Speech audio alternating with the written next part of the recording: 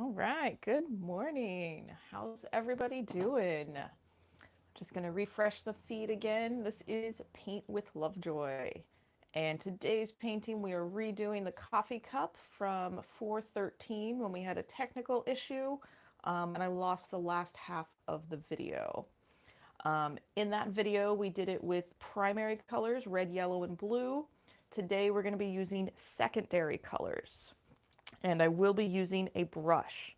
So quick going over the image that you see on the canvas already. This is my drawing, my initial drawing that I'll start with.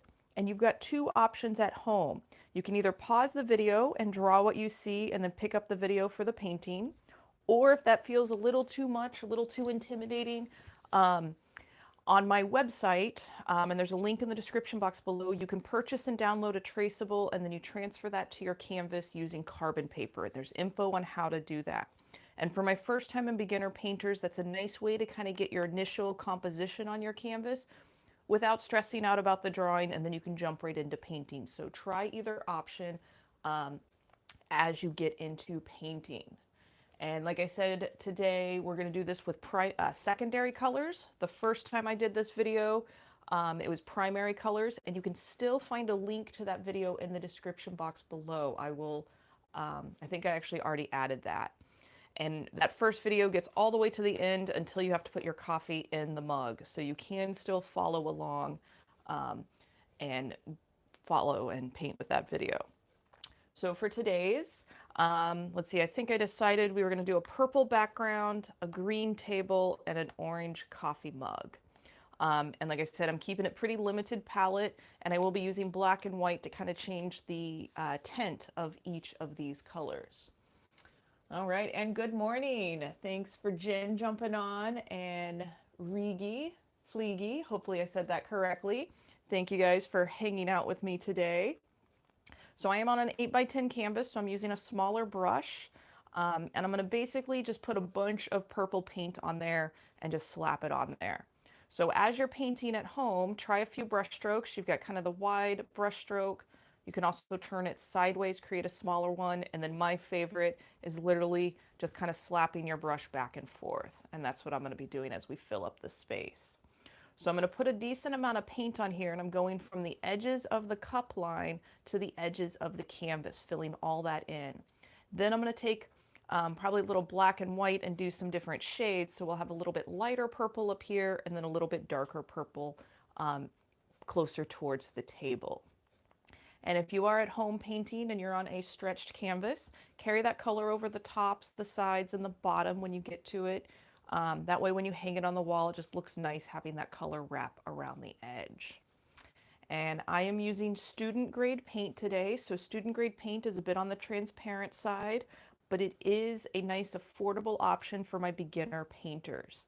But because it's on the transparent side, I recommend that you apply your paint a little bit thicker or do 2 or 3 coats of it to get a bit more opaque coverage. And each brand of paint is different, so you may have to adjust based on the brand of paint or based on what you're dealing, the circumstances you may be dealing with while you're painting. And that's okay. That is part of the creative process, is just adjusting to what you need for your current circumstances. That is creativity. And oh, we don't want to forget inside the handle of the cup. And with acrylic paint, especially for my first time painters, if you've never painted before, acrylic paint is nice to work with, because if you paint anything today that you don't like, or you paint your background in an area that maybe you painted on top of the cup, or you lose the handle of your cup, all you do with acrylic paint is let it dry, and then you can place a new color on top of it. So acrylic paint, like I said, is very versatile for my first time painters, and it gives you a lot of wiggle room to just trust your instincts and try different things. So with that being said, take a big inhale right now. Just breathe, relax. We're just painting. It's not the end of the world. All the world's problems will still be there when you're done painting. So while you paint or do something creative, just escape from the world. That truly is why I paint. And if I could hang out in that imaginary world all the time, and I certainly try to, I would. Okay, so we've got a decent coverage on here for our purple paint. Ooh, we got somebody Janet's gonna paint a martini. Awesome. All right, so we've got our background on here with purple paint. Now I do want one area that's lighter, and I would like to keep that towards the top. And given that these are secondary colors, I'm not as inclined to mix my secondary colors together like I was for the primary colors in the original video. So for today's video, we're going to do more tints and shades. And a tint and a shade is if you either add white to your color and make it lighter, or you add black to your color to make it darker. So we're kind of staying in that realm. So since my purple is pretty intense and pretty dark, I'm actually just going to grab that white, that direct white, slap it on there, slap it over here, maybe do another one. And because my purple's pretty intense, I'm not going to wipe my brush off, but with light pressure, I can mix that white into the purple and it kind of creates a new shade. So kind of play with that. And if you need to, you can add a touch of water to your paint. And it helps with a little bit of the blending, but keep in mind you never want your brush dripping wet with water. Now, if you throw some of that on there and then you're like, yeah, maybe I want to go darker purple, grab more of your purple, slap it on there, and then you just kind of mix it into it. This is called wet on wet blending. Your background is wet and the new color that you're putting on top of it is wet as well. So just play with that. And if you feel like finger painting and blending the colors with your fingers, go right ahead and do that. It is quite satisfactory to go back to being 5 years old and get messy with the paint. And you're at home, so just wash your hands when you're done. And we're all getting great practice these days to obsessively wash our hands during this pandemic. So I do hope that translates over after all this is done and people do have a bit better personal hygiene. All right, so we've got kind of our light color on there. Oh, cool. And Anita, thanks for joining us from London. 7 p.m. there. Wow, and I am just starting my day. So I'm grateful that you're winding down your day with me. Thanks for joining. All right, so get your lighter color to where you want, and then I'm going to do the same thing on the bottom, but the black's going to be pretty intense. So I'm pulling a little bit of purple aside and mixing it so that way I just have a darker purple. And like I said, because my purple's already pretty dark to begin with, you may not notice it as much. But kind of on the left-hand side of the cup, right above the table, and on the inside of the cup, I'm adding some of this darker purple, this black and purple mixture. And then same thing, kind of blending that darker color into that middle purple mixture.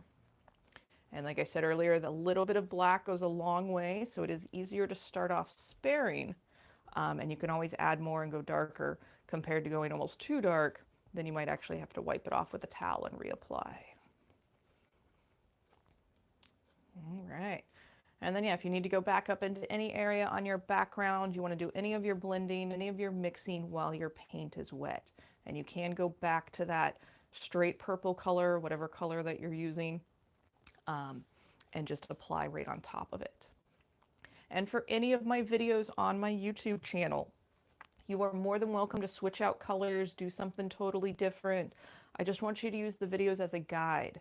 But if you are inclined to do something different or your instincts are encouraging you in a different direction, I want you to trust that and go for it.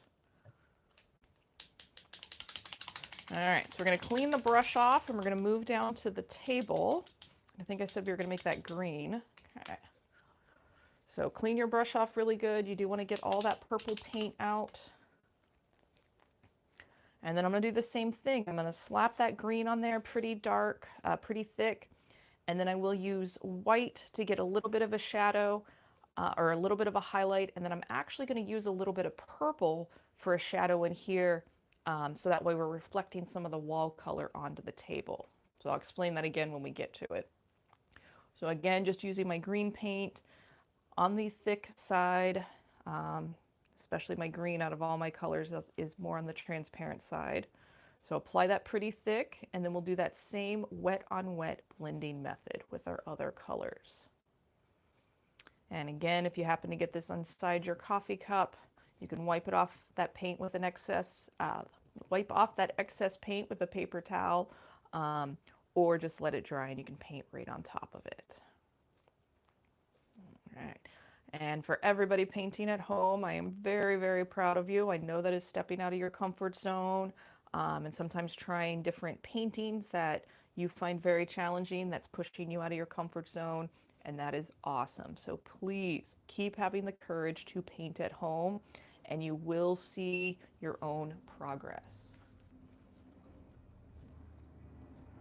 All right, so now that we've got our green on here, I'm going to start with the highlight first. So I am going to wipe off that brush, and same thing for the purple. I'm just going to grab some of that direct white. We're going to slap it here on the right hand side, and again just kind of laying it on top of there, and then with light pressure going back, and I'm working that white into the green, and you can see how it kind of changes and becomes that spearminty green. And again, the more that you paint, the more you get comfortable with this wet on wet blending method, the easier it gets, and the more that you're just realizing and understanding what you can do with paint. So be kind to yourself. Your brain is taking in tons of information each time that you paint, each time that you mix colors, and it's creating this catalog in your head of how things work, how colors mix. So you're building your own library. So again, be kind to yourself while you are painting.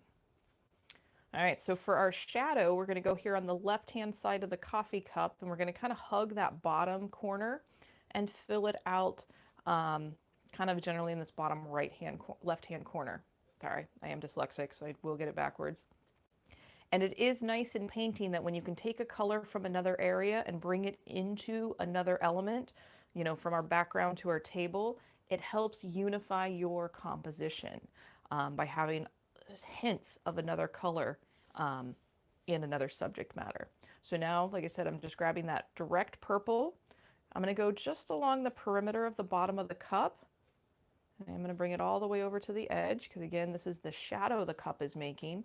And then again, with light pressure, I'm just going to move, blend. You can even try a little dabbing method to just kind of mix that purple in with the green. And it does kind of create this muted grayish color, purplish, greenish, grayish color. That's okay. That is what it is supposed to do. It's kind of a neutral color. And I did lose some of that really dark shadow, so I'm going back to the purple and going right around the perimeter of that cup again, and then just softening it just a little, because I want to kind of keep that base, the darkest part of that shadow. I'm going to pull it along the bottom of the cup a little bit as well. And again, breathe. You're doing a great job. All right. Looking good. And if you guys do have any questions at all, please feel free to leave them in the chat and I'll address them while I'm painting. All right, so I think we're going to move into the coffee cup now. And I'm actually not going to go with just that straight orange. I'm going to make it just a touch lighter, so it's a bit more, I want it to kind of pop forward, because that background's so dark, our table's pretty dark, you know, so I want to make this a little bit lighter so it pops forward. So I'm going to pull some of this white aside, do clean that brush really good. And again, if you need to use different brushes, feel free to switch brushes. I tend, and it's kind of a bad habit, but I tend to grab one brush and I'll do a good portion of the painting with just that one brush and forget to switch. So just because I'm not switching brushes doesn't mean you can't. So now again, using that kind of lighter orange color, actually I want to go a little darker. And you may notice that maybe you make a color here, and then when you apply it to your canvas, you go, maybe darker or lighter. Feel free to adjust. Just because you make it one way on your plate doesn't mean you can't adjust halfway through the painting. That's part of the creative license and the beauty of being an artist. You get to make the final call. All right, so filling that in. And if you are painting as quickly as I am, Please be very cautious as you are coming up right next to the purple. You don't really want these to mix together because as you saw in our shadow on the table, it just kind of creates a neutral, dark, murky color. But if you're watching this on the replay, just pause the video while you're painting, your paint is drying, and then pick it back up as needed. And if you have to mix your color 2, 3, maybe 4 times, don't stress about getting the exact same shade every time. There's a reason variety is awesome. So having a little variety in your color or a little variety in your background only adds to the benefit of your painting.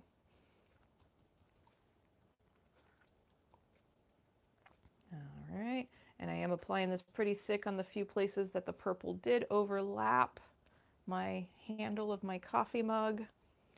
And again, it is on the transparent side, so I'm just gonna dab it on there to go a little bit thicker. And then we're gonna put some shading on our coffee cup. Whoops, let's reshape that bottom. There we go. And I was a huge fan of Bob Ross, so if you ever have a whoops moment on your painting, very quickly turn it into a happy accident. That is the best way to deal with stuff in painting. All right, so I'm going to wipe the brush off. We are going to go with a little bit of a lighter area here and on the rim of the cup and a little on the handle. Then we're going to put a darker shadow on the bottom left-hand side. Then we will use black to put our coffee in there, and you are more than welcome to change your coffee to your liking. If your coffee's a little more caramel colored, or if it is just straight black coffee, you can make it what you want. So I am grabbing that white just by itself, same thing, building on the skills, just creating a little area right there. And at home, you do not have to do exactly what I'm doing, but just use this as a guide and mimic as closely as you can the places that I put some of these colors. All right, let's get a little on the handle before we do some of our blending. Let's get a little down here. All right, and then sometimes it is nice, just wipe that brush off. And again, 2 options for blending. You can kind of just move it back and forth, make your X marks, or one that I have found lately is very therapeutic is just, you're kind of doing the stabbing method. It's mixing a little bit in with there. And you can always go back and apply more white if you end up doing this too much and it diffuses the color a lot. I do wipe it off before I go to the next section, so that way I'm not contaminating this particular white as I do it. And then we do have a little bit here on the edge of the lip of our cup.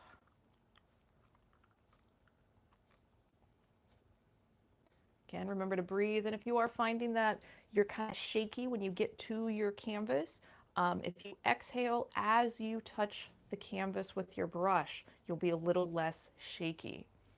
And I do remember one of my students humming in class, and that helped keep her breathing. So if you need to sing a little song to yourself or hum a little tune, go right ahead and do that.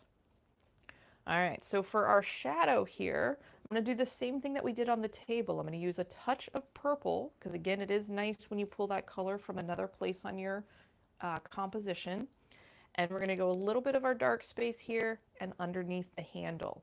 And I am going to do the same thing that I did with the white, where we're kind of placing that color, and then we'll go back and blend it in. Let me get a little bit up here. And that's going right next to kind of the opening of the coffee mug. So again, wipe that off, and then whichever method that you found kind of therapeutic, the stabbing method or the actual moving and blending, just again, just kind of play with that. If you need to go back and grab that orange color, you can do that as well. Again, breathe, just have fun. It is really awesome that you're painting on a daily basis, weekly basis, monthly basis. If this is your first time painting, I do recommend finding a regular outlet. It's good for your mind. It's good for kind of something your body and your muscles look forward to. And with how chaotic and stressful the world is, it really is up to us to find our own individual creative outlets. And if painting or creativity can be one of them for you to help you be better at your job, or um, be more patient and relaxed with your family and friends or coworkers, then please find your avenues of creativity. We need more stress-free people in this world. All right, so I did just go and add a little bit more of my purple on there, going a bit darker. And my paint is still very wet, so some of my green is coming through, so I'm just trying to adjust that a little bit. But make sure you do everything that you want to your coffee cup while your paint is wet, unless you need to cover something up. And also get in the habit of walking 5 to 10 feet away from your canvas and looking at it from a distance. And this is more of the normal viewing distance for most things in life. So get in that habit of looking at your artwork from 5 to 10 feet away and adjust what you need. All right, so I'm looking over at a few of the questions. Let's see. How do you know where to add shading? Good question, Allie. So generally when you're doing shading, where you're putting the, like we did today, we put our main middle color, which is called your midtone, and that was our purple and our orange and our green. And then on our purple area, where we want to indicate that the light source is coming from, and I'm imagining that the light source is coming from the top right-hand corner, that's generally where you put your lighter color, your highlight, and that's when we added the white to here. On the opposite side of where the highlight is, down here in the bottom left-hand corner, that's where your shadow is, and this is showing that this is the furthest point away from the light source. And that's what gives us the illusion that we have this kind of 3D object on a flat surface. And even right here to where we have this white part of the coffee cup and then the purple background behind it so dark, this white immediately makes it kind of pop forward. And then the darker space pushes it backwards. So it's a bit of like a color theory illusion. So as you get more into painting, get in that habit of taking a progress picture after you do the background, after you do the cup, after you do this, and start noticing how each photo looks different as you get rid of the white canvas space and as you start doing some of your shading. And again, you're training your brain to kind of understand what you're seeing, and the more that you do it, the more you're going to see it in other areas of your life. So good question. And let's see, one other question before we add our coffee in our coffee cup. Anita says, the courses you run, are they a course? Are they probably a month-long course, or they can be done in one day? So I actually have both options. Pretty much all of my YouTube videos you could do in one day. You can do in an hour, 3 hours, definitely could be done in one day. So they can be done in one sitting. On my online school, paintwithlovejoy.com, I do have month-long courses, and I have it set up as a monthly subscription. And basically, I want you to go do it for a month and then cancel your subscription. My Intro to Palette Knife and the Paint Your Pet class are a monthly subscription. And for the Paint Your Pet class, you would sign up based on your pet's fur color, because I have different information in each course. And you could definitely do the Paint Your Pet in 2 days, possibly even one day if you did it all day long. But I do want you to finish it in 30 days or less, so that way you actually complete the painting. So hopefully that answers your question. All of them are done in one sitting, and even the monthly classes could be done in one sitting if you gave a full day to it. So I do realize it's hard to get people to kind of do a multiple day workshop or event, especially since I am teaching and geared towards first-time and beginner painters. So I am trying to give you stuff that you could finish rather quickly, but then I also want to encourage you to dive in further. So right now for my coffee, I'm just going with straight up black coffee. If you want to make creamed coffee, you could actually use some burnt sienna or raw sienna, your shades of brown, and add white or black to get to the shade of the coffee that you like to consume. I'm pretty much a 1-cup coffee person. Otherwise, if I have coffee after 12 o'clock afternoon, I do not sleep much that night. So caffeine greatly affects me. All right. All right, so we got another question. Linda, you'd love to paint your pet, and do you need a good photo of her? Awesome that you want to paint your pet. And yes, you would be painting from a photograph. And on the website, on the paintwithlovejoy.com website, there is a course on there that says the Ultimate Paint Your Pet Kit. And you would send me a photo of your pet. I will crop it down to the right size. I'll give you a line drawing of it and a drawing or a photo to be able to see your value scale. And then I send you your canvas, your carbon paper, each color that you need, a set of brushes, a plate, and a paper towel. And with that, it'll be shipped a code, and you will get a code to the specific course for your pet's fur color. And that would be the 30-day course self-paced. And then I'm available via email and even through these daily demos to answer questions, and I try to respond to all my emails once or twice a day. But the Paint Your Pet has been my signature class for the last 7 years. Super popular, and literally 80% of my students have never picked up a brush. So remember that when you go look at the photos, and just look at the smiles on their faces and look at how awesome their pet portraits did and turned out. And many of them have continued on to painting and finding their creative outlets. So give it a try. I think you will like it. Also, since we're talking about my online school, check out the Intro to Palette Knife class. It is, I don't have any palette knives close by, but it is a scraping method, and I've done it in a few of my other videos, the other demos. Super, super, super stress relieving and therapeutic. So if you do have some anxiety right now or a lot of stress, check out that Intro to Knife Scraping class and just scrape away your frustration and your anxiety, and it gives you a little bit better base to deal with what you need to for the day. All right, so I think that actually takes care of it for today. Excellent questions. I appreciate everybody showing up and hanging out with me, and I seriously look forward to this every day. So I'm really grateful you guys are joining me. Make sure you like the video, subscribe to the channel. If you have ideas for future demos, subject matters, leave a comment and I will add that to the list. And if you want to see what I'm painting for the demos in the future, jump to my main YouTube page, scroll down, and you'll see a list of all the future, as well as a playlist for all the past demos.